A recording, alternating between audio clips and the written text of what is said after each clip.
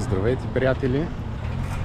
Днес съм поел на едно пътешествие към река Дунав и по пътя реших така да мина през някои интересни места. В момента се намирам в град Берковица. Искам да взема печат номер 34, който е свързан с връх Ком. Сега ще ви кажа и за него, с къщата музей Иван Вазов, и ще направя една разходчица тук да погледна какво представлява центъра. Ще ви покажа и на вас. Връх Ком, това е началото на туристически маршрут, европейски туристически маршрут Е3, който започва от връх Ком и завършва на Нос Емине. Ето го и центърчето на това малко китно българско градче. Ето аз дойдох оттам, оставих си колата на паркинга, съдейки по видяното, когато влезнах в града. Повечето така жилищни сградички са малки къщи на по един-два етажа.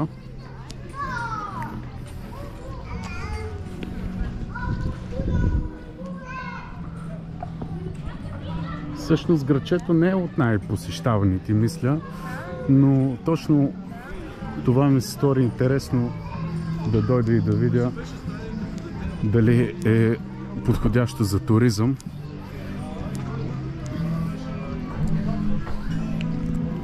Да ви кажа, центърчето е доста впечатляващо. Хареса ми. До тук хареса ми. Малко е, но е приятно. А всъщност трябва да намеря и място, откъде трябва да взема печат. Имаме паметник на Димитър Филипов. Ето, добре дошли в Берковица. Вижте каква печица има, интересна. Люлка всъщност.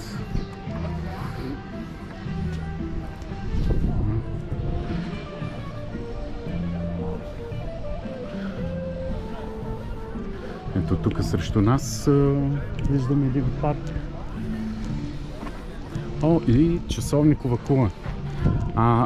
На това място, сега като видях часовниковата кула, извинявам се, на това място на времето е имало много дюкянчета и търговци. Ето това паркче тук, което виждате наоколо. Тук е имало различни дюкянчета и търговци,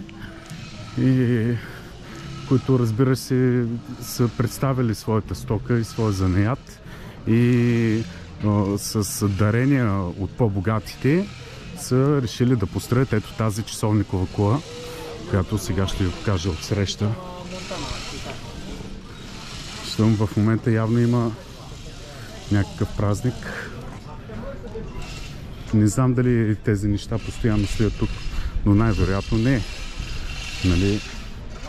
По принцип, рядко има сцени в градовете, които просто е така се стоят всеки ден. Като момчета сега работят.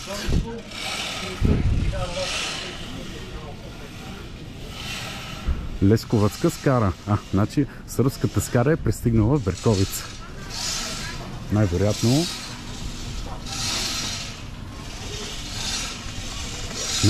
има фестивал на скарата. Добър ден! Добър ден! Нещо за гарнитура желаете ли? В момента фестивал на скарата ли се провежда нещо? В момента фестивал на хубава храна и хубава музика. Защото гледам Лесковацка скара, пише, това по принцип е в Сърбия, нали? Точно така. Да, знам, че там правят голям фестивал. Правиме навсякъде и тук правиме. Много хубави пържоли. Ама това са български меса, предполагам. Български меса, аз майстор съм сърбин. Чудесно. Добре, аз искам да опитам нещо. Вие какво може да предложим? Нещо типично лесковацко, може ли да ми... Пушено месо. Пушено месо. Добре, едно такова. И някаква салатка да имате случайно? Имаме всичко, салатките са до витрина, заповядайте да видите. Добре, ами домати, краставици нещо, ако има. Имаме юрде без сръбска салата, леко пикантно имаме паприка, павлаци. Това пушено месо така само на скарата ли се пече? Това е първо пушено на дърва и след това на скарата леко. Ясно. Добре, изглежда вкусно. Ето да пробвате първо, да видите. Гледайте, ако ви харесва, вземете. Изглежда сочно. Супер е. Не ли? Да.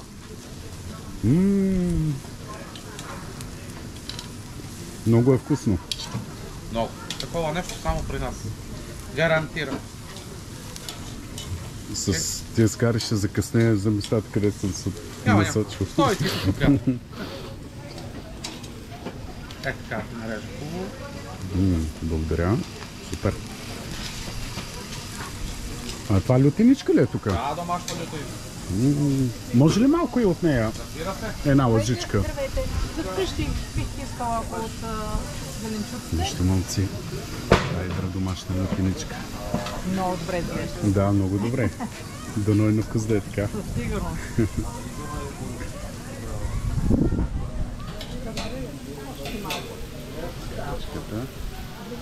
Лютиничките. Вижте как църка мазнинката.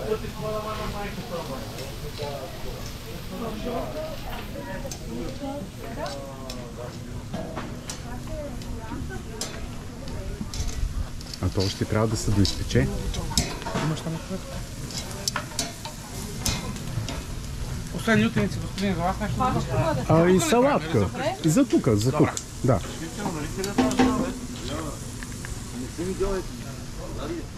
Так, приятели, вижте как е украсено. Скарачката, аз ще седна някъде тук отзад да хапна. Сега ще го решим. Имаме и гледка към часовниковата кула, която ви показах. И това е. Здрасти. Аз си поръчах от това хубаво пушено месо, което в момента пуши. Че скитника е гладен. Тръгнах рано сутринта от Пловдив да мога, разбира се, да стигна по-навреме. И така, червцата взеха да коркорят. Добре, приятели. Ами... Не, без питка. Питка е уникална. Ще съжалявам. Първенка ще е. Добре, нека ще питам аз, защото съм на диета. Тя е диетична рецепта. Ама... Добре. Тя е специално брашно правена, по бабина рецепта. Като тръгна някъде, всички диети приключват. Няма проблем. Заповядайте. Малко си дали ще мога да държа камерката. Тук ли трябва да плата? Да. Може ли само да остава? Малци. За малко да бутна една бутилка. Нищо бе. Питка ще има ли? Да. И питка. Малко лютиничка исках. Да, лютеница и салата, не е така? Да, да. Това ли ще бъде? Да.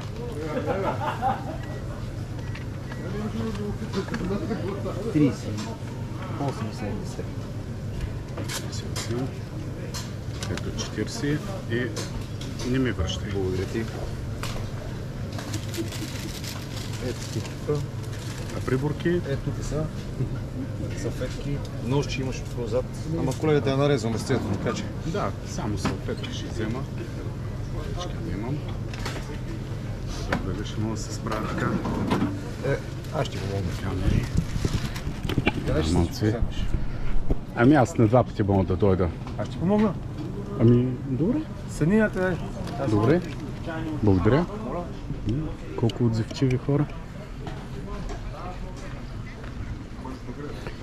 Това място си харесвам, да не преча на хората, разбира се.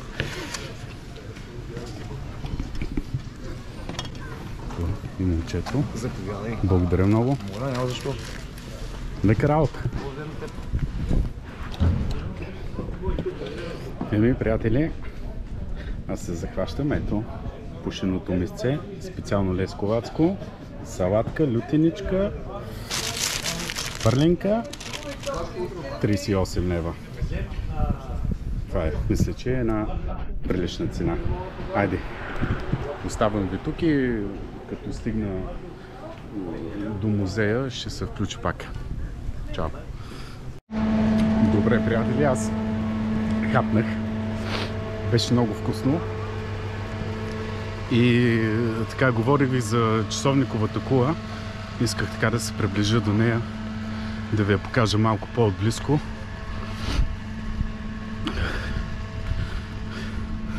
Беше много вкусно, мерси.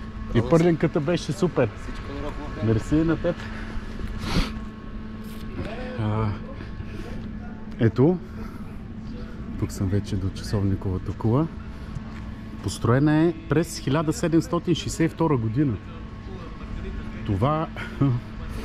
Това е годината, когато нашия известен Паисий Хилендарски е написал история славяно-българска, нали? Но, разбира се, заключена е. Ето, тук може да се прочете кратка информация. Строена през 1762 до 4. Тя е една от най-старите в България с действащ часовников механизъм, паметник на културата с национално значение. Масивната конструкция е висока 21,24 метра. Високичко е. Така. И да. Часовниковият механизъм е ръчно изработен от бесарабски българи в Букурещ и донесен в Берковица през 1764 година. На върха на кулата е имало метален полумесец и знаме. През 1877 руски войник участвал в освобождението на града и ги заменя с християнски кръст. И това е. Това може да прочетете тук. Ето ще направя едно кръгче около куличката.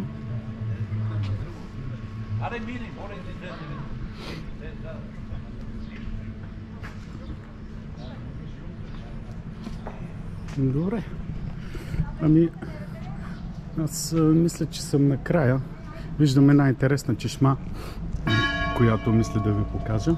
Ето нашата кула удари и камбаната на кръгъл час. Да, точно 13 часа. Явно удря само един път. Или защото е 1 часа след обяд, затова един път, не знам. Гадая в момента. И така. Ето, само да ви покажа тук чешмичката и трябва да се върна обратно аз. Защото в обратната посока се намира музея, от който аз трябва да си взема печат. Ще ви покажа и него. И след това продължавам към следващата моя цел за деня. Разбира се, като съм там, тогава ще ви покажа. Защото не знам как ще се случат нещата. Може да не ме пуснат, да не ми дадат да снимам и така. Ето е чешмичката.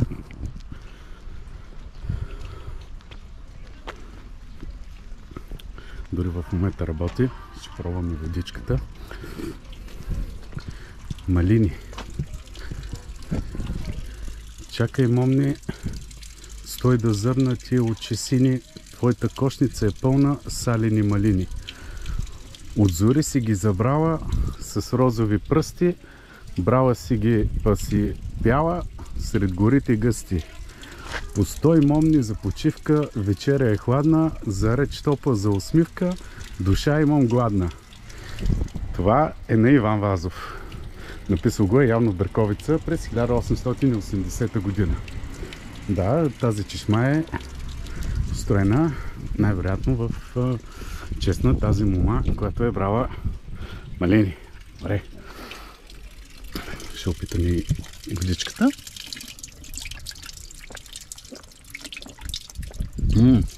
Страхотна е. Има вкус на малини. Добре. Добре, малци, аз продължавам надолу. И вече като приближа къщата, отново ще се включа. И така. Айде! Ами, приятели, всъщност от центърчето, като продължите надолу, да ви покажа, тук излезнах на една уличка, Иван Вазов. И ето, тук виждаме една табелка към музеите. Да, предполагам, трябва да поема от тук. Да, и вижте уличката, на която излизам в момента. Такива къщички с каменен градеж. Много е красиво. Не знам това музей ли са. В момента нищо не пише тук отвърка. Така е заключено.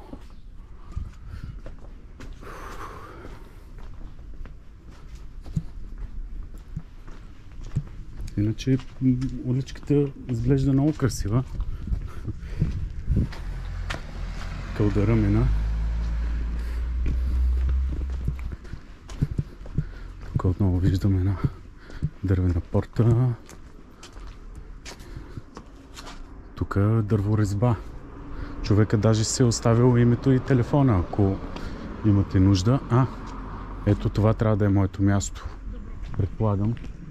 Само да погледна тук какво е. Натам, в тази посока се намира Етнографския музей. Но аз първо искам да мина тук през къща музей. Добър ден! За музей идвам, да. За печатче. Ако... Трябва да идете в Етнографския музей, там са печатчета. Добре. Там е касовите апарат, музейен комплекс. Ще отида и там. Добре. Къща музей Иван Вазов и Етнографския в съседство в дворче. А може ли да разгледам вътре? По принцип, оттам се тръгва, оттам се плаща и след това... Ясно. Добре. Добре.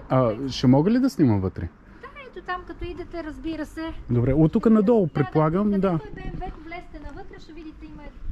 Добре. Ще ви посреща. Добре, благодаря. Чао. Чакам ви после. Да, скоро идвам. И така, значи, разбрахте ли, момчета? Първо трябва да отидем до Етнографския музей. Оттам трябва да си вземем печат и билет да си платим за всички обекти за посещение. И да, и ето това смятам да направя и аз. Ще трябва да смена батерийките. Ето, Етнографски музей. Той всъщност е точно затъгала.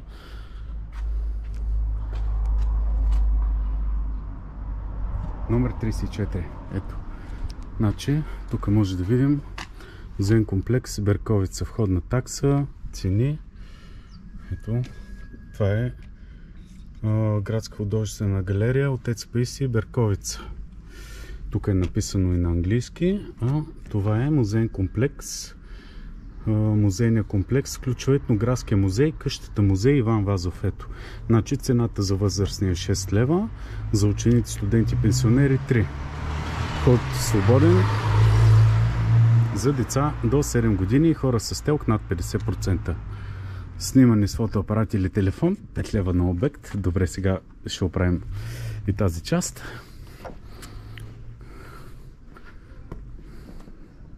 Вижте какво хубаво дворче.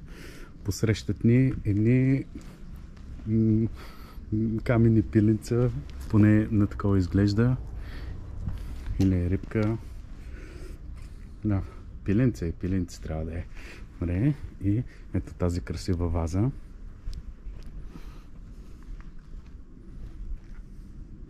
Така, тук вдясно има една врата, която изглежда затворена.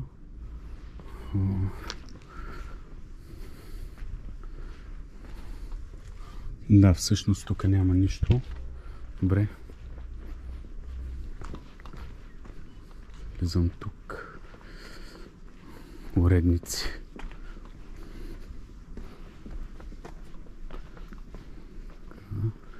Значи имаме безплатен Wi-Fi.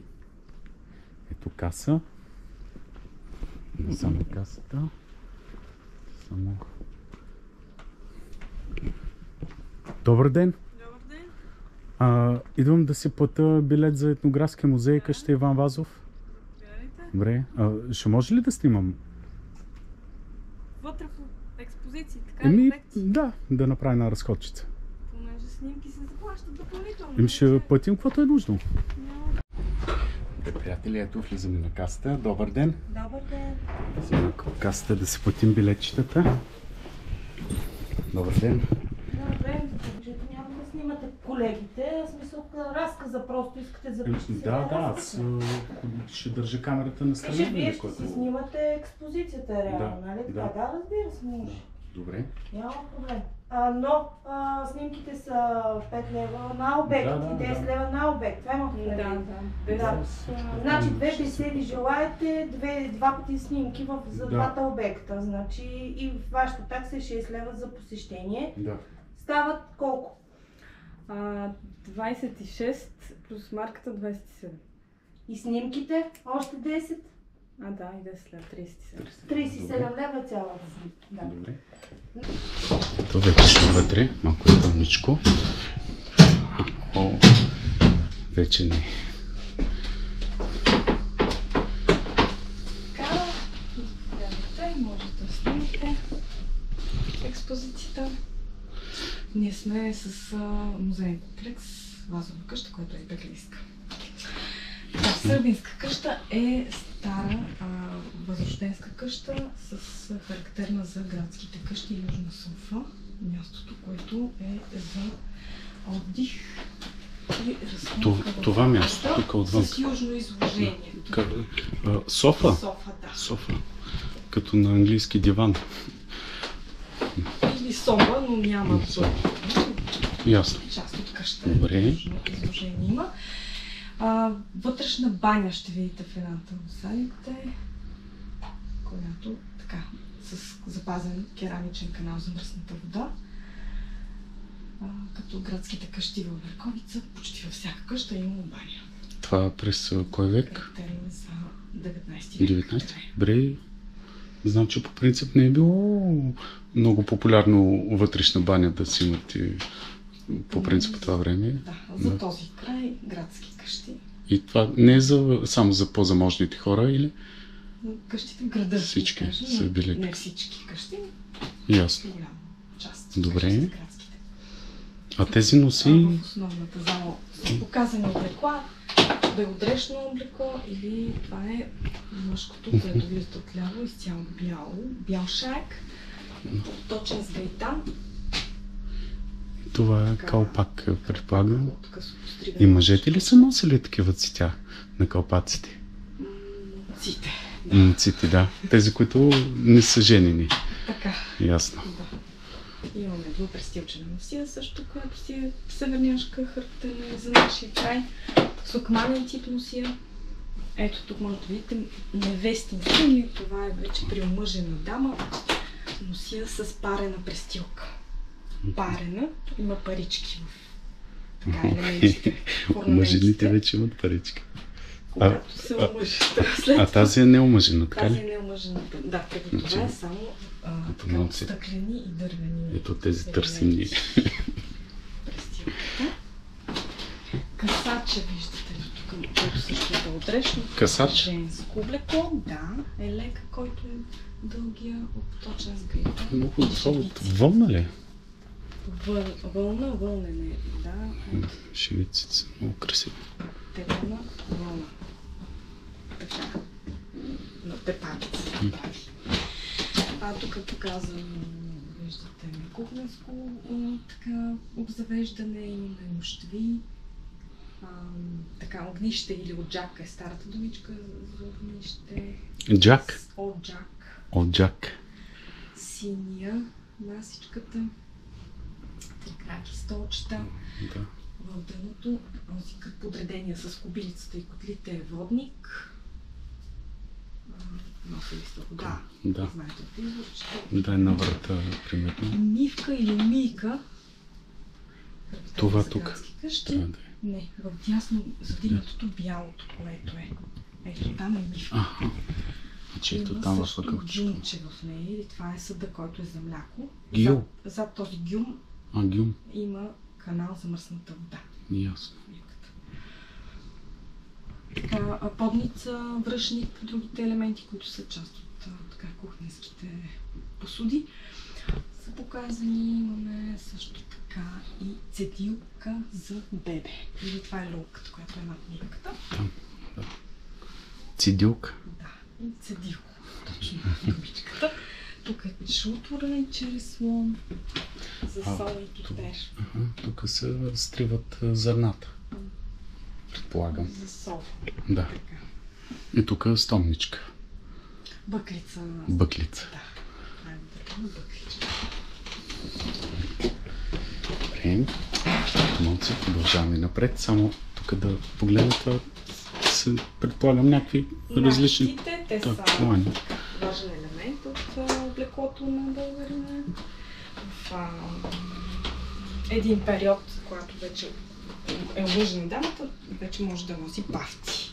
Слагали ли са Част тези от, носи тук? от носиите, да. Но те са в витрина, за Добре да изглежда. по-добре. Използвали ли са, предполагам, някакво сребро или... Да, сребро, седев. Така, те имат защитна функция за детеродни органи, специално, което е пахтите, частите. Те са катарами или вид на колана. А гривните, предполагам, по цвета ще е някакъв бронз, мед. Да, бронзови гривни, медни, които се наричат гривни рогатки. Те са си стари автентични, виждате, че имат и патина отгоре. Така, може да видите тази зала за наяти, които са характерни за нашия край, конкретно за Берковица. Най-силно развити занаяти са гранчарството, виждате, келимарството, бобарство или свиларство.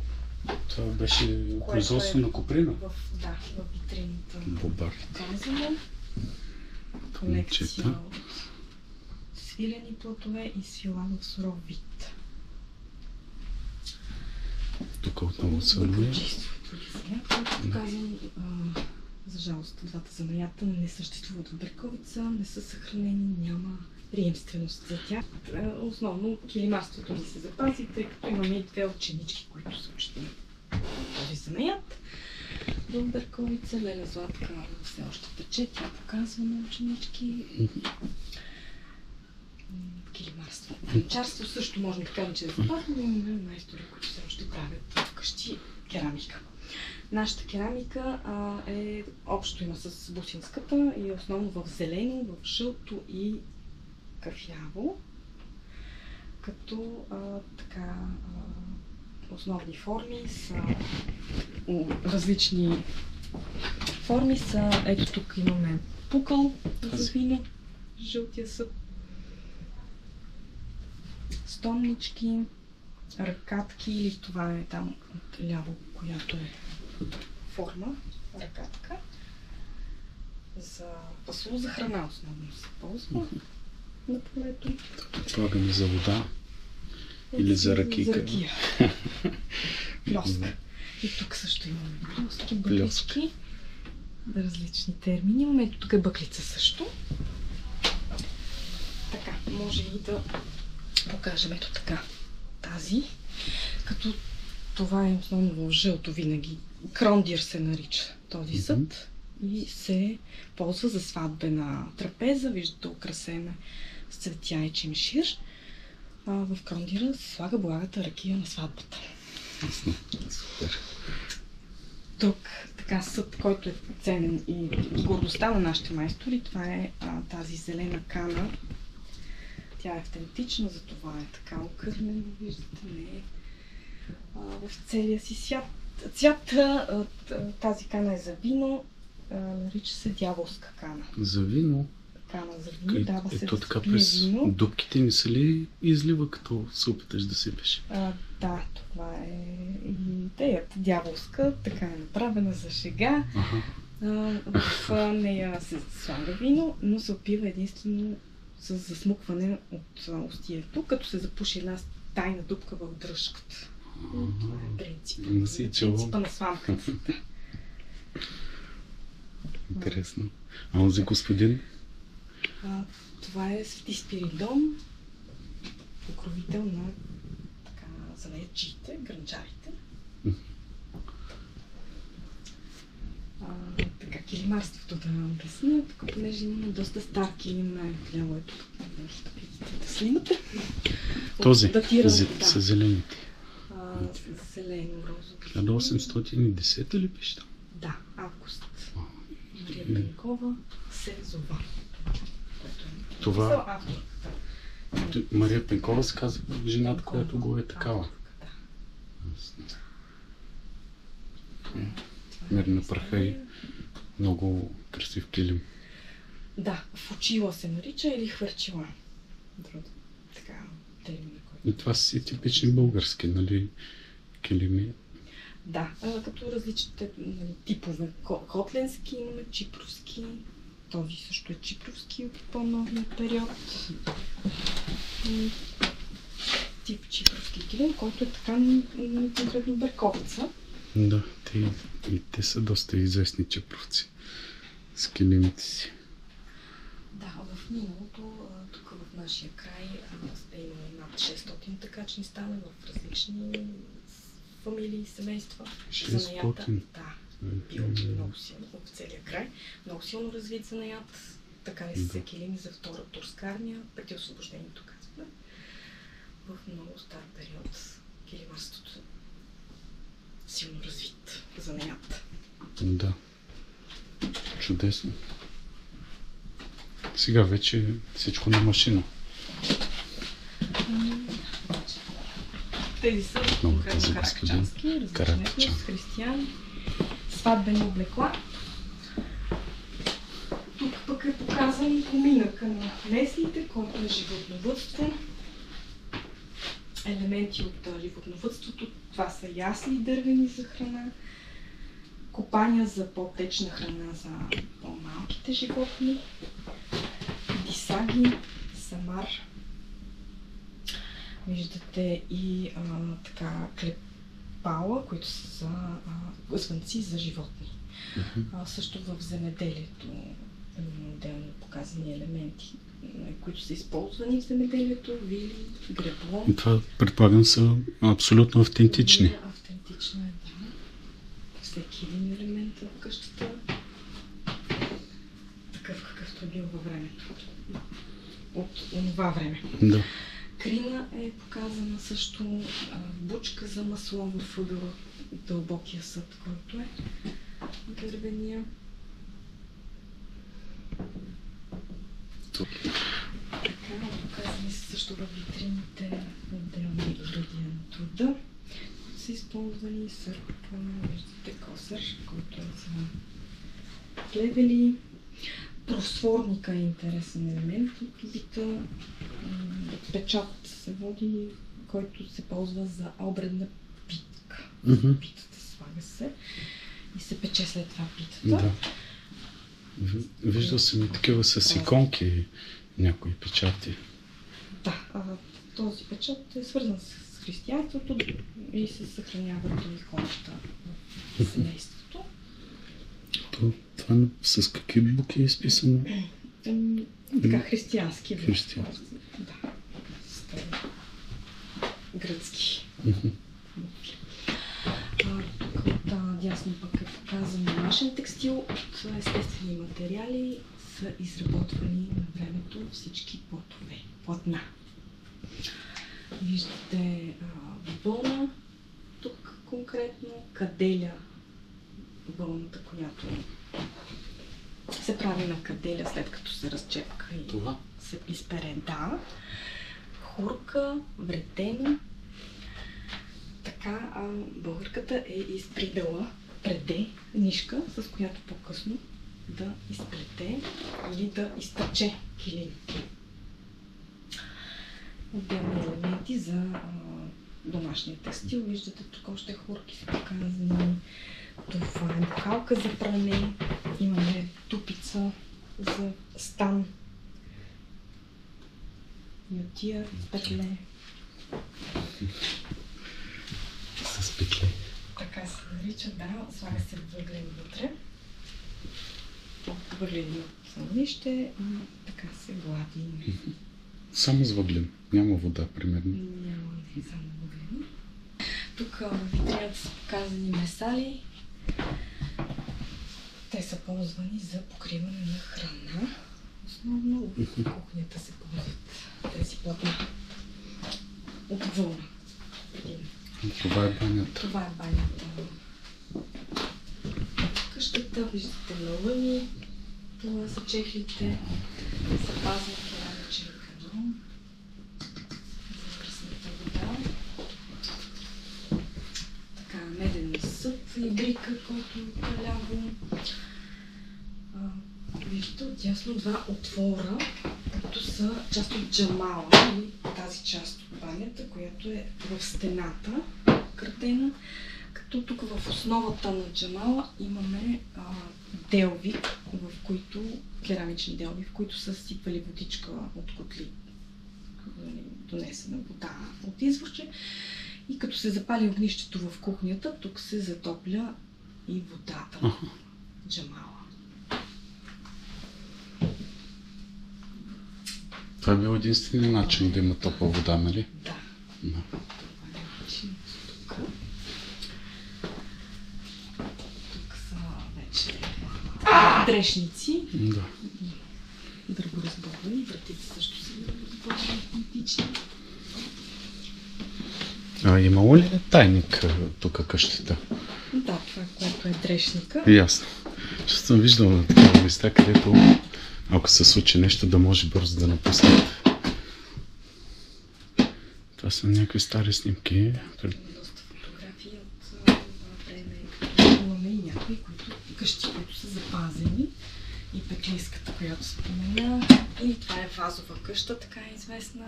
Колегата ще ви разкаже. Да. Кръстева къща, която също е така реставрирана и сега е ресторант близо. Гарата, ЖП гарата, сградата също е. Последната западна ЖП гара, нали? Тук трябва да е, да. В Берковица. ЖП гарата. Казахме градска, като тези мебели пък са пренесени от друга градска къща. И са дарени от линия на човека на портрета Петър Кадийски, който е бил печатар. Печатар? Печатар. Имало е печатарска машина. Мебелите са изписани от Виена. Тоест те са австрийски. Абсолютно всички. Машина също. Да, тя не е в експозиция, но е в хранилище на музея. Печатарска машина. Нямаме площ за да се покаже. Виждате така, на масата са показани отделни елементи от бита на градския бит на местните. Цигари, кутии, цигари, томасян, слънце. Това томасян не са ли хората, които са държали тютюновите складове в Пловдив? Да, и цигари. Фамилия Томасян. Фабрики. Така, тук пък имаме и един елемент от... Не знам тази история дали е подходяща, но така се е озовал подноса в музея. Този поднос е сватбен подарък, заедно с комплект чаши, който подарък е подарен на княз Фердинанд при така неговата сватба. Повода е сватбата му.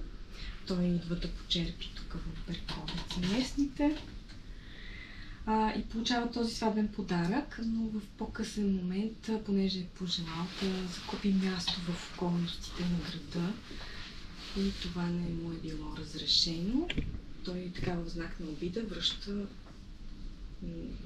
този поднос. Да. Той всъщност не са му разрешили, защото щял да развали малинови насъждения или нещо. Да. Да. Някакви намерения. Нещо такова бях прочел и аз. Възприяти добре. Да. От местните. Да, някои хора, вижте, на времето даже да си цар не са ви огаждали много. Така е, да. Сега... на местните. Да. Сега няма да ги спреш. Тук не казах повече за тези сватбени. Каракачанските. Да. Сватбени са. Булчинската достига до 20 кг. Заедно с накитите.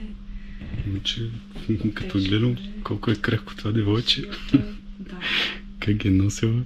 Те са християни, номадски тип, пътували са много, търгували са с продукти от месо, основно животински произход. Като тук в мъжката виждаме и фустанела, което е отделен елемент. Има така гръцки произход, този етнос, говорят диалект гръцки. А кое точно е фустанелата? Ето Това тази е като поличка? която е бялата, да, диплената. И така бавни хора, тежки, не са бързи хората на каракачаните. Друго, което е така любопитно, тъй като идват от Северна Гърция, днешна Северна Македония, по-точно, там някъде. Са пътували много и почти навсякъде, в целите Балкани има така представители на този етнос. Конкретно и в Берковица, Вършец, Враца също семейства. Ясно. Така, това е. Добре, благодаря.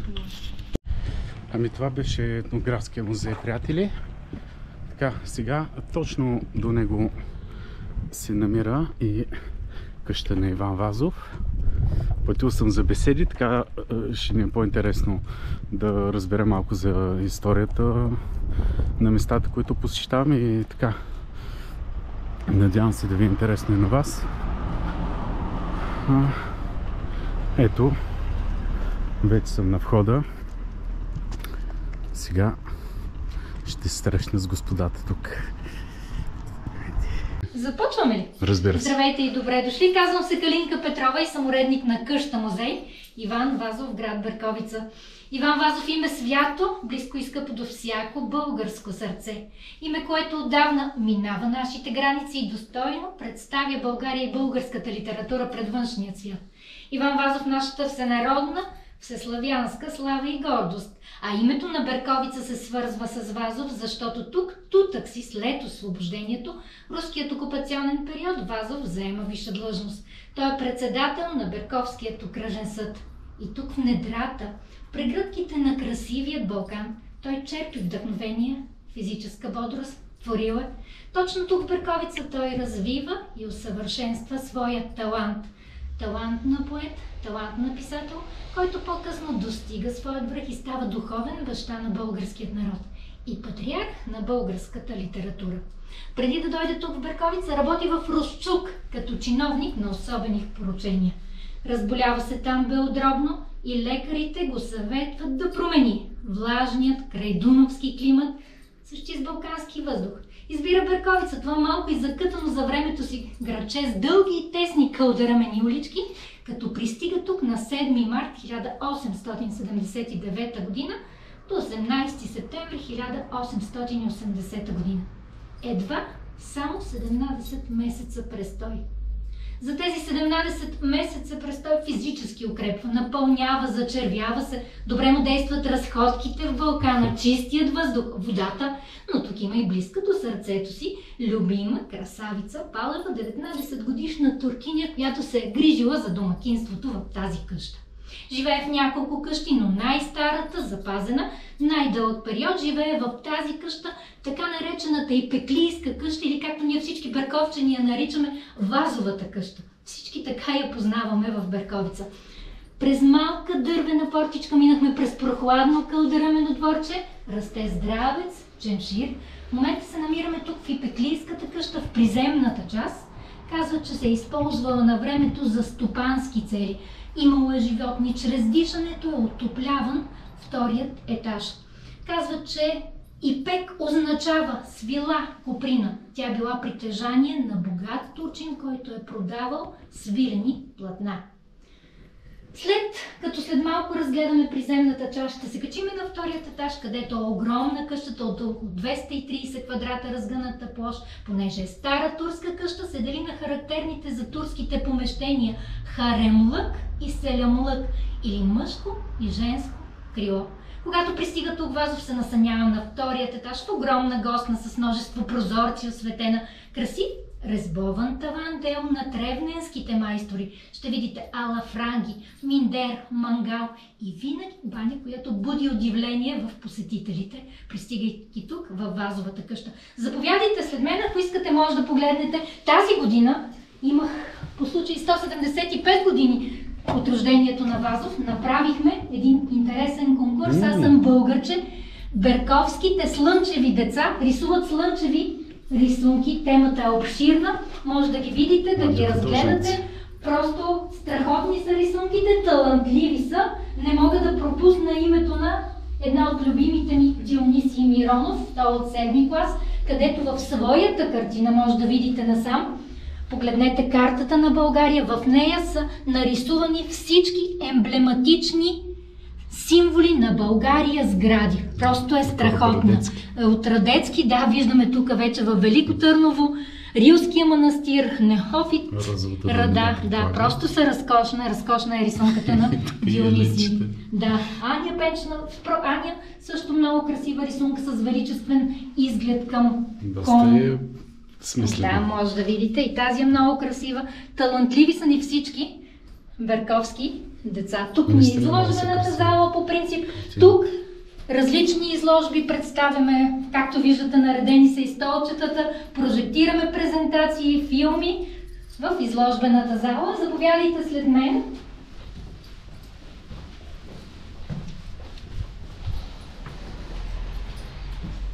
Няколко думички ще кажа.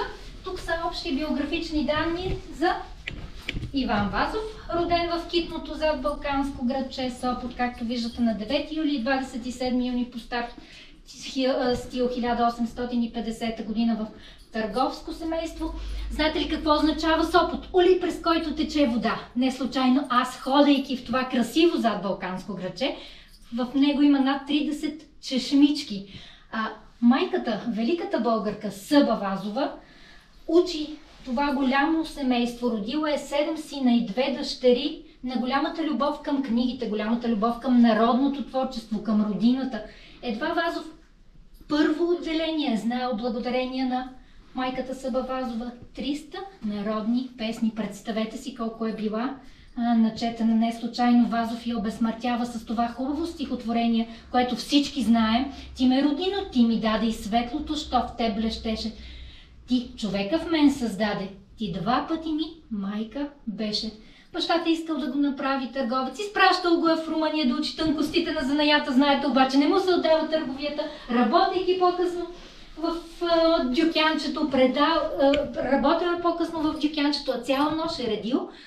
Знаете, нали, съответно стихове, майката е била тази опора, която го е подпомогнала в първият момент и винаги е следяла, когато се свърши свеща, да даде свещ съответно на Вазов, за да продължи да пише. Зад мен се намира родната къща на Вазов в Сопот, еднокатна, виждате, на 1 етаж е. По принцип е била напълно изгоряла по време на априлското въстание. По-късно се събират комитет за събиране на средства, 2 сестри, един от по-големите братя. През 1935 година къщата е възстановена и съответно музея отваря врати в Сопот за посетители. Намираме се в приземната част. Тези оригинални тръби по принцип са запазени. Това е горун.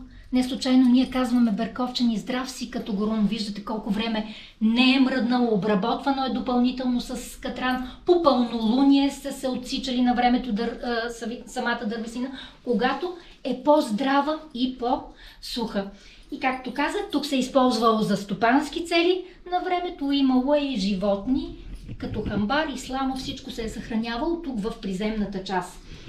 Ще кажа няколко думички, както виждате тук, едни красиви природни картини. Вазов е бил един от откривателите на туристическото дружество в Берковица.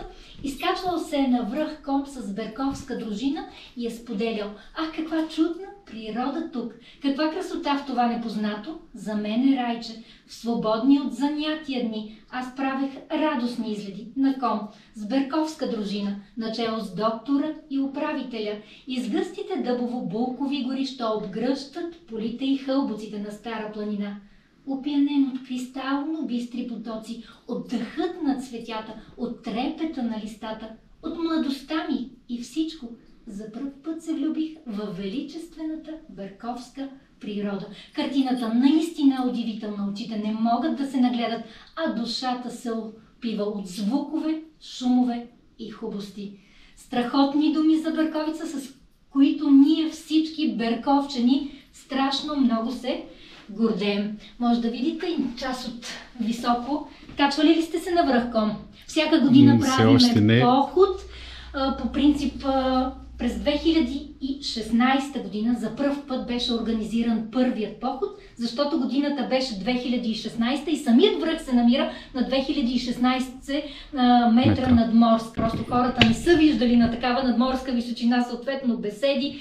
Някое детенце казва стихотворение за Вазов. Доста тържествено отбелязваме всяка година, нали, тези вазови чествания. Даже тази година се качнахме на 28 юни. 28.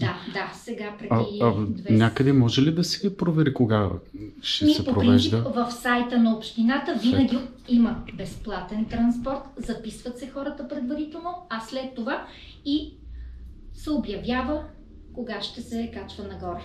Да, в зависимост от времето, както казах, защото надморската височина е голяма. Там изведнъж пада мъгла, знаете, изведнъж има дъжд, грамотевици, винаги планина, се внимава, планина е. И трябва да се внимава най-вече с времето, но почти всяка година вече се прави 9-та година, на която присъствам и аз този поход. Да. Заповядайте да се качим нагоре след мене. Благодаря. Да. Видях макетче, че има на часовниковата кула. Да, часовниковата кула е нашата гордост на берковчани. 21 метра приблизително висока, 55 стълбички вътре. Знаете ли, направи ми впечатление, че на единия ред има едни цепнатини, пък на следващия ги няма. Те са отворчета, които влиза светлина в самата часовникова кула. За светлина са направени. Около 21 метра и 45 е 55 стълбички, ниска вратичка, 1,40 трябва да се наведете. Съответно, радвани всяка година на всеки час с този звън. Може да кажем, че на времето самата камбанария е подарена от бесарабските българи, доколкото знам, на минус 18 градуса, на замръзнал Дунав, волска каруца е теглила тази тежка камбанария, подаряват я на берковчани и съответно, когато Берковица се освобождава от турско иго, руски офицер се качва, маха по месецът, който е отгоре, съответно слага кръста, с което берковчани казваме край на турското иго в града и все още продължава да ни радва с този чудесен звън на всеки час. А тя само по един път ли удря? Не, в зависимост от часа. 1, 2, 3, 4, да. Няма да търсите циферблат, защото много туристи идват и казват, обикаляхме да търсиме циферблат, да видим колко е часа. На всеки час, съответно, се чува звънът на камбанарията.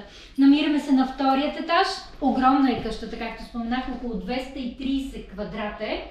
А зад мене се намира клюкарника или кьошката, така наречената софа, вътрешен за отдих, където по принцип са седели по-турски и са си сърбали каймаклийското черно кафенце. Споменах, че е стара турска къща и седели на характерните селямлък и харемлък, или това е мъжко и женско крило. Зад мене се намира харемлъка, тук живее по-късно Иван Стоянов, прототипа на Дурмидолски със своята съпруга от едно близко селце Бистрилица. Заповядайте след мен да видим портрета на Вазов. Вазов живее и плаща наем в целият селямлък и това е мъжкото крило. Такава романтична обстановка живее Вазов. Както споменах, че тук има любима до сърцето си 19-годишна Зихра, покръстена туркиня от руски офицер, която по-късно получава кръстното име Параскева, или както Вазов я наричал, моето пеше закачливо. Тя се е грижила в тази къща като домакиня, икономка е била. Пред вас се намира портрета на Вазов. Не знам дали сте го виждали. Толкова млад не. Толкова млад, красив. Погледнете само голямото чело, рунтави вежди, косата.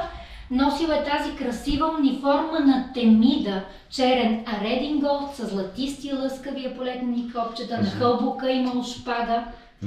Лекичко ми прилича на Христобът, Да, като че ли. но, точно така. Носила и червена фуражка. Представете си, пътува от Русе с пощенски файтон, с австрийски параход, извинявам се, по Дунав, слиза на Ломпаланка. Ломпаланка е било 2-3 само къщички. Оттам хваща пощенски файтон, минава през Кутловица, идва тук в Берковица. Представете си, такъв красавец, слизайки от файтона, жените започват така да шушукат по ъгълчетата, мъжете уважително са сваляли шапки от дюкяните с този си външен вид. Той вдъхва покорство в населението.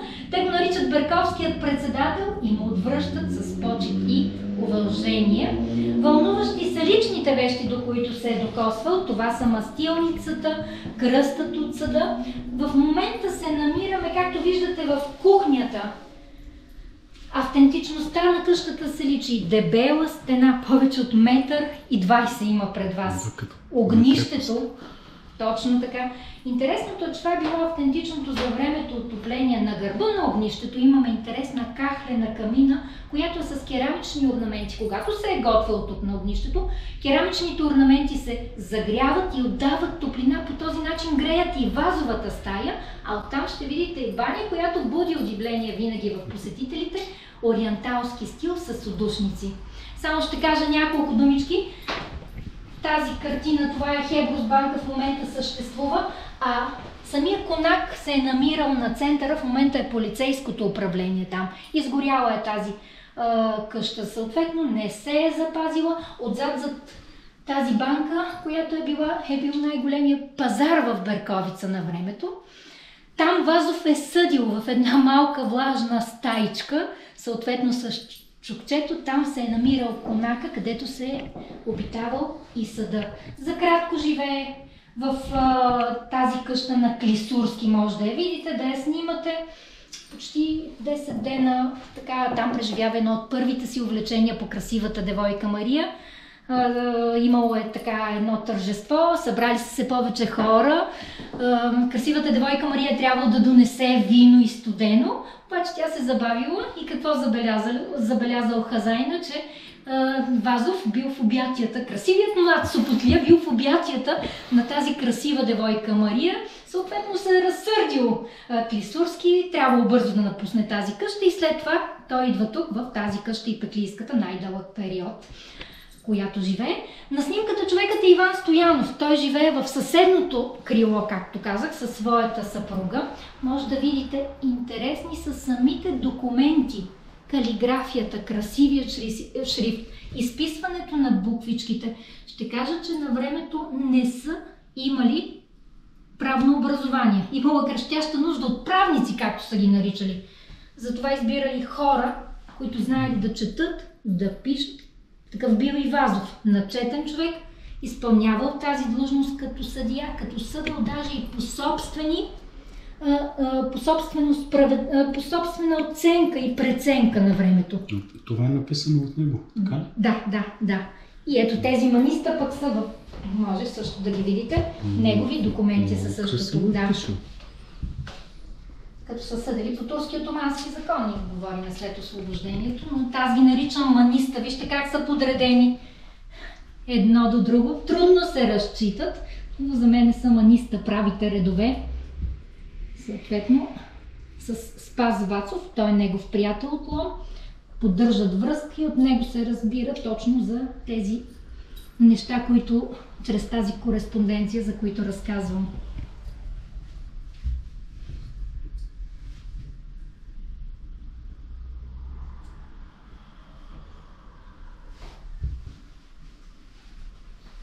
Много красиво пише. Да. Маниста. Да. Заповядайте. Намираме се във Вазовата стая. Огромна гощна с множество прозорци, осветена, красив, резбован таван, дело на тревненските майстори. Ала франки, тези красиви рисунки по стените. Миндерчета, мангала в средата, където са слагали въглища и допълнително са се отоплявали и са си правили кафенце. Зад вас се намират вградените долапи за малките големи лични вещи на поета на времето. Всичко това е запазено оригинално. Вазов, знаете, не случайно го наричаме рицарят на българския дух. От него излизат няколко думички, които много повече, които все още ползваме. Той влак създава думичката изгрев, залез. Той е употребявал дрешник. Не е казвал долап, а нашата българска думичка, която все още и ние, и аз употребявам, нали, за гардероб или долап, както са ги наричали на времето, дрешник. В ъгъла ще видите интересната кахлена камина с тези красиви орнаменти, които са от керамика. При готвене на огнището в кухнята съответно става затопляне и загряване на керамичните орнаменти и по този начин се отдава топлината. Не са сложени просто за красота. Точно така, не са сложени само за красота. И заповядайте да видите, и банята ни е уникална тук. Запазена е. Заповядайте, влезте. Погледнете нагоре от душниците. Може да влезете спокойно. Ще ви покажа духчица, дето от тук влиза пара. Видяхте ли? Става един вид като сауна. Водичката от огнището се е изсипвала в котела.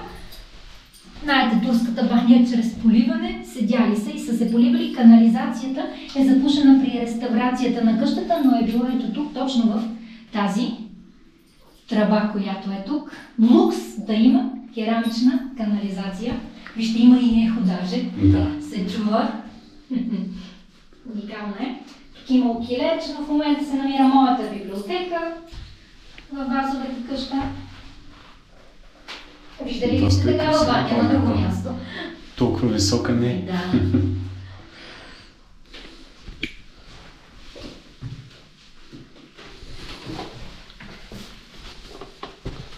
Ами, излезе ли бил? В тази къща, под перото тук, се раждат едни от най-хубавите стихове. Пише Грамада, моята съседка Дмитра, на детето, на Компот, облаците, Митрофани, Дормидолски. Виждате колко неща изброих за този кратък период и не случайно Вазов споделя, че животът ми в Берковица съвпада с един от най-плодовитите периоди в моето творчество. Заповядайте, ще ги разгледаме в експозицията. Разхождайки се в центъра на града, 50 метра часовниковата кула, както е отгоре, имаме малинарката. Ето това, Чешмата? Чешмата на Бях това там. хубаво стихотворение. Малини, какво споделя Вазов? Чакай, мом, не стой да зърна тия очи сини. Твоята кошничка е пълна с алени малини. От зори ли си ги брала с розови си пръсти? Брала си ги и си пяла през горите гъсти. Това стихотворение е любимо на всички берковчани. Той е като химн на Берковица, песничка. Виждате, че има съответно нотички, песенен характер и се предава от поколение на поколение. Искате ли да ви я запея малко? Да, ако може. Стой, момне, стой да зърна тия очи сини, твоята кошничка е пълна салени малини. И така, стихотворението Малини. Вазов се вдъхнови от малинарките, виждал ги е с пълни кошници малини, галял и с смехове и закачки, нали, бъркал си я, хапвал си я от малините. На тях посвещава с това стихотворение, както казах, че е химн на Берковица и се предава от поколение на поколение.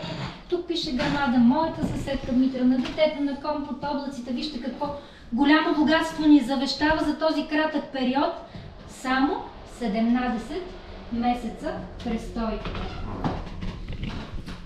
И съответно тук в залата с преводната литература ще видите един от страхотните тавани, които се пазят. Символ на плодородието са, виждате тези цветчета, грозденца. Казват, че от липа лесно за обработка и това е нашата гордост. Този таван е, нали, най-запазеният и най-красивият в къщата. Намираме се в залата с преводната литература. Може да видите, изложили сме в експозицията книжките по Диго. По Дигото е една от книжките с най-много преводи, над 65 книжки на различни езика. Част от тук са на есперанто, както виждате, на руски, на немски, на английски. Интересно е паспорта на Вазов или тескерето. Ето го тук пред вас с печата на султана. Половината от паспорта е на турски език, по-точно на арабски език, а половината е на френски език. С този паспорт Вазов заминава след преврата на Батенберг, заминава Цариград и оттам в Одеса, където започва съответно и да пише и най-любимият на българите роман Подигото в Одеса. Даже имаме интересно, ето това е на френски език, мина една швейцарка и след 3 месеца изпрати тази книжка от 59-та година на френски език. Там имаме, виждате, на китайски, на румънски, на български скоро дариха тази книжка, която е по-дебелата пред вас. На китайски? Да. Ето я. Различни езици. Един от най-много превеждани. Ето това е най-новото дарение. Може да го разгледате. Марки на Иван Вазов, които съществуват. Дарението от доцент доктор Пело Михайлов и госпожа Флора Вартанян. Това са пловдивчани. Да. Уникално е, защото всички тези марки са събирани дълго време. Той е филателист.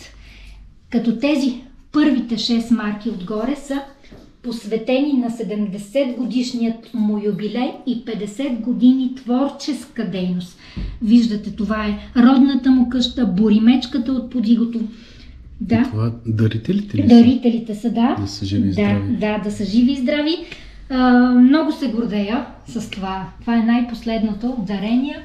Сега по случай 175 годишнината, преди 20 дена имахме мероприятия и го дариха съответно на музея. Ето тук, само да ви покажа, казахте, че не сте били на Връхком. Ето го барелефа от розов берковски мрамор. Виждате, на него е портрета на Вазов. Така, както споменах, един от откривателите на туристическите дружества казват, че при хубаво време, при всяка възможност се е качвал горе и какво споделя. Там пише стихотворението на Ком или химн на планината, както го наричам. Той споделя: от тук окото волно прегради не намира. Вселената пред мене покорно се простира. Душата гордо диша от тези планини. Умът към нещо свято, високо се стреми. С думи, които винаги настръхвам, когато ги говоря. Всички бърковчани се гордеем. Казват, че при хубаво време се виждат Карпатите, вижда се Витоша, вижда се вече, тук е близко, нали, съответно и Врачанският Балкан. Просто картината наистина е удивителна, очите не могат да се нагледат, а душата се опива от звукове, шумове и хубости. Заповядайте насам.